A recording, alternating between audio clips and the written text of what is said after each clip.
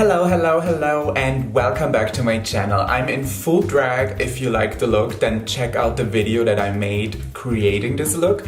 It's one of the easiest drag makeups ever, and today we are here to talk about something that is really important for makeup application: brushes. So if you want to know all about makeup brushes and how to use each individual one, keep on watching. Okay, girls and boys, let's start with the brush that is usually the biggest one in the package. This is a fan brush. You can use this to apply powder all over your face or just dust off excess powder from your face. And also it's very practical if there is fallout from your eyeshadow to just dust it off like that. Fan brush. Okay, you all know this baby here. This is a very normal, totally usual and easygoing powder brush. You just apply and brush and work powders into your skin with that. You could also use a big powder brush for a bronzer or for a blusher. So, powder brush. Alright, here we have a classic foundation brush. You can use this brush either for powder foundations or cream foundations or liquid foundations, and you can really work the product into your skin by like tapping it into your skin, or you make it flawlessly flat by using the brush like that. These are very practical, and you can also use them for highlighters to just blend them up like that.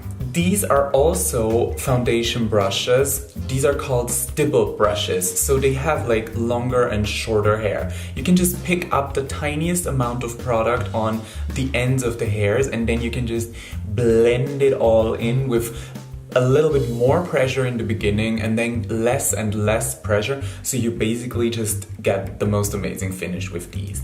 You can also use those for powder though. Also for highlighters, I love to use these stipple brushes. Okay, here we have a bunch of brushes that are usable for very similar things. So you could do contour with all of these brushes. So this is a contour brush. It's kind of stiff and you can really go all the way into the center of your contour and just contour with that. All of these brushes could also be used for contouring. They are kind of angled and practical shape-wise to just contour your face with them, you know what I'm saying. These are also, these especially, are also used to apply blusher. So because of their shape and their angle, you can just beautifully work on your cheek and your cheekbone with that. So all of these are contouring brushes or blush brushes. Okay, let's get into the world of eyeshadow brushes. So these are two typical eyeshadow brushes. One is a little bit smaller and one is a little bit bigger and angled. So the angled eyeshadow brushes are the ones that you can really use to go into your crease and just apply a lot of product on your eyelid. And the smaller ones are also used to apply a lot of product on your eyelid on like one particular point. Then if you did that, you can use a blender brush. So with a blender, you just go into your eyeshadow and use it with circular small motions, and this is basically doing all the blendation for you. This is a blender brush. And then we have the small eyeshadow brushes. So you could possibly use those for detailed work on your upper eyelid, or what I mainly use small brushes like these for is my lower eyelid. Because if you go into your lower eyelid with a big brush like that, it's just too much. You're just applying too much product and you will look kind of sad afterwards. So you could possibly be very happy if you use a small brush on your lower eyelid and just smoke it all out. Those people who watch my videos know that I love to buy makeup brushes in the arts and crafts store. Reason number one is you get other brushes than regular makeup brushes, and also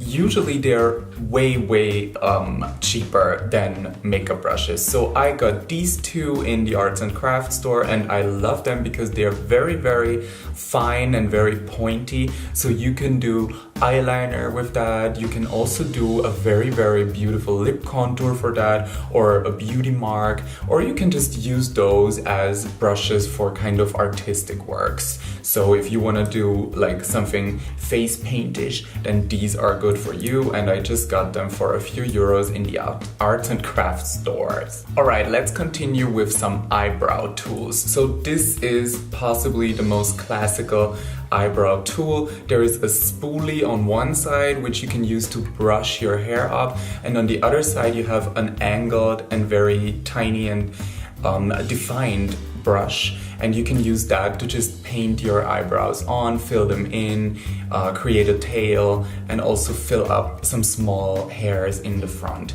Then we have the brow line brush. This one is by Suiva. Actually, I love the brushes by Suiva. They're cruelty-free and really, really beautiful, and their quality is amazing.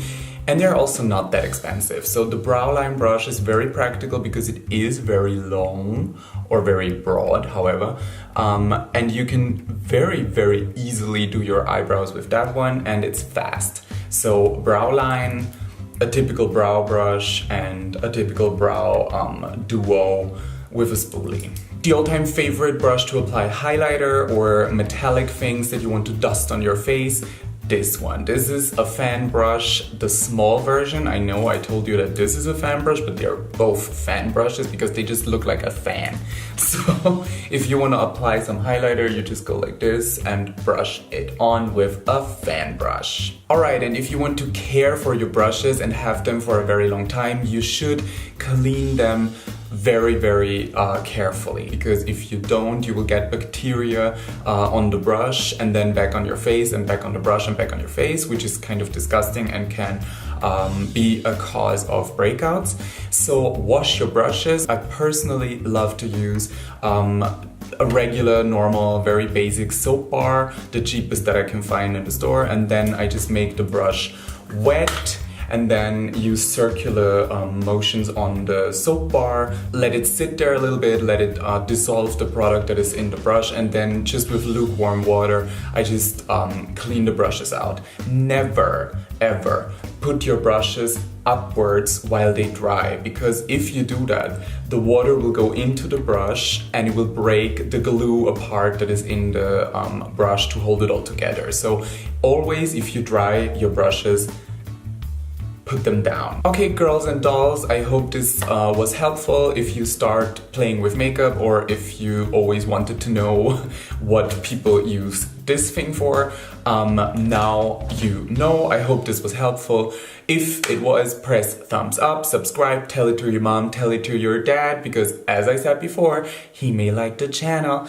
This is me, Tamara Mascara. See you in my next video. Bye!